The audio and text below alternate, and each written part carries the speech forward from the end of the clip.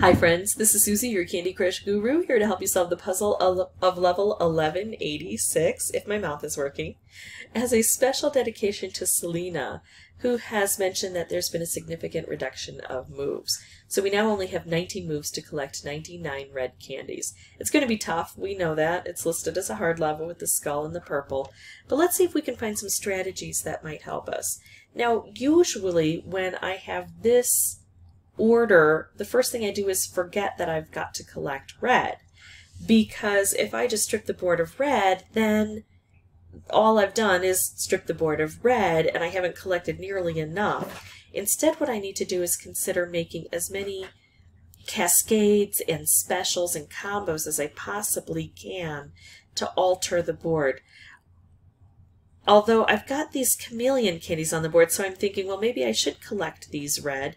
The potential is that then I will have collected red, and these are going to turn from red to something else, and I want to catch them before they turn to something else. But it would only be 3, and actually, no, these are licorice locked, so it would only be 1 that I'm collecting. And then I'm thinking, well, maybe the chocolate would allow one of these to turn green. Well, if this turns green, this is going to turn some other color because it's a chameleon candy. So I'm not going to be able to get a color bomb set up there. And all that's going to happen really is the chocolate is probably going to grow here anyway, or here, and it's going to take over one of those red.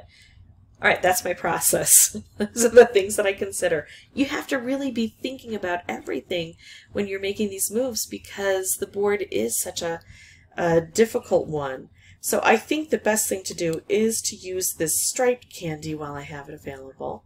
I know the chocolate's going to grow, but if I can try to take out a lot of that chocolate now, then I'll be replacing it with candy. And I get red now that's a stripe, and it's not in danger yet of being consumed. Now let's talk about the frog. The frog uses up a turn. So it's not always, well, actually, first let's talk about this. I could go ahead and take out this, and that wouldn't be an awful move. But again, I'm stripping the board of all red. Now, more red would come down eventually. But what I should do is probably take the most volatile move on the board, which I don't think is collecting red. I think it would strip the board for a bit. So what I'm going to do instead is I'm going to make a cascade opportunity.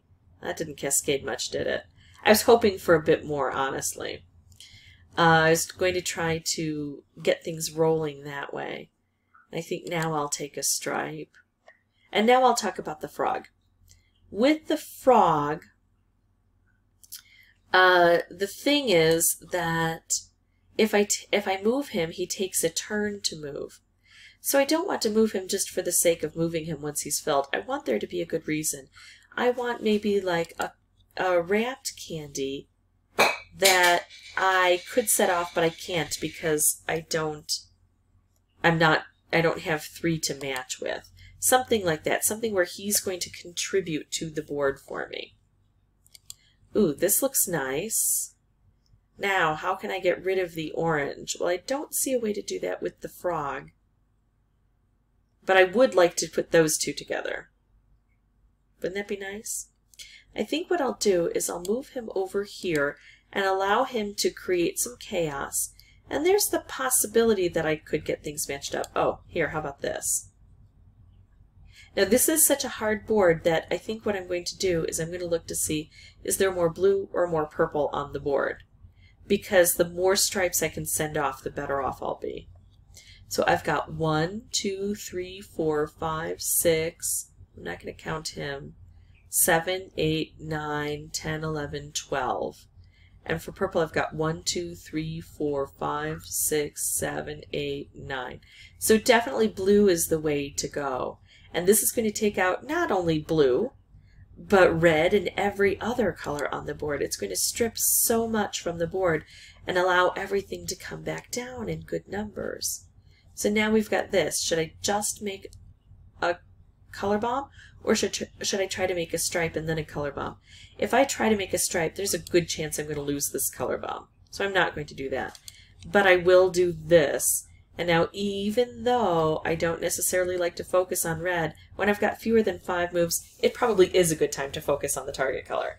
And remember, just like with the blue, the red is going to make stripes, so it's going to take out red, but it's going to take out everything else, and hopefully bring enough red down onto the board. It didn't do a fantastic job, to be honest. But I've got a few more attempts here. I've got a striped wrapped combo to bring more down, and now I've got a frog that might help. Now I think is a good time to use him. If I move him right here, I can take out a lot. I still don't think I'm going to win, but remember this is a hard level, and I got down to 4.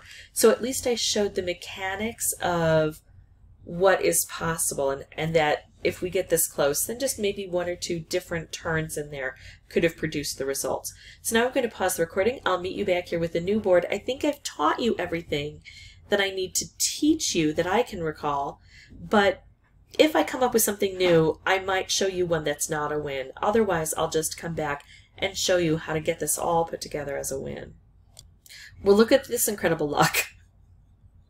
Oh my goodness, so much green on the board and red. And I could do this, but remember I'm going to be making a color bomb and opening this up and allowing the chocolate to grow. And I think that the color bomb would land just above the chocolate, but I'm not totally sure. Whereas if I do this, I still collect red and I make a stripe, probably to be consumed.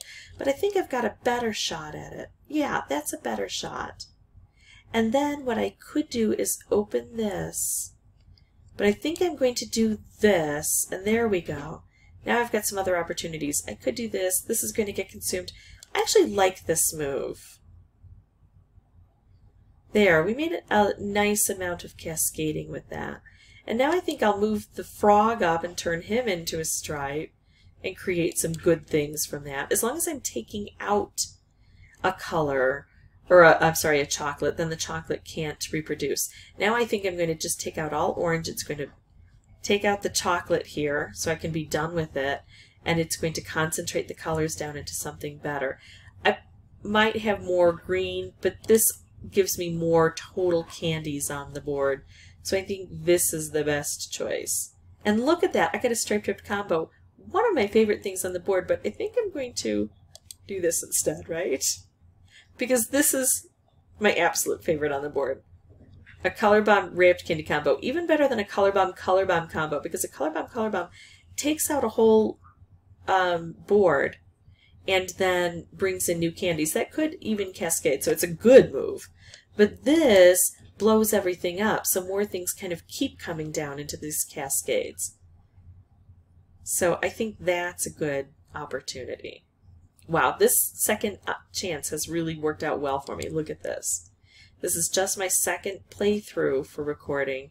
Oftentimes I will play several times before I come up with a good one, but I got a lucky board.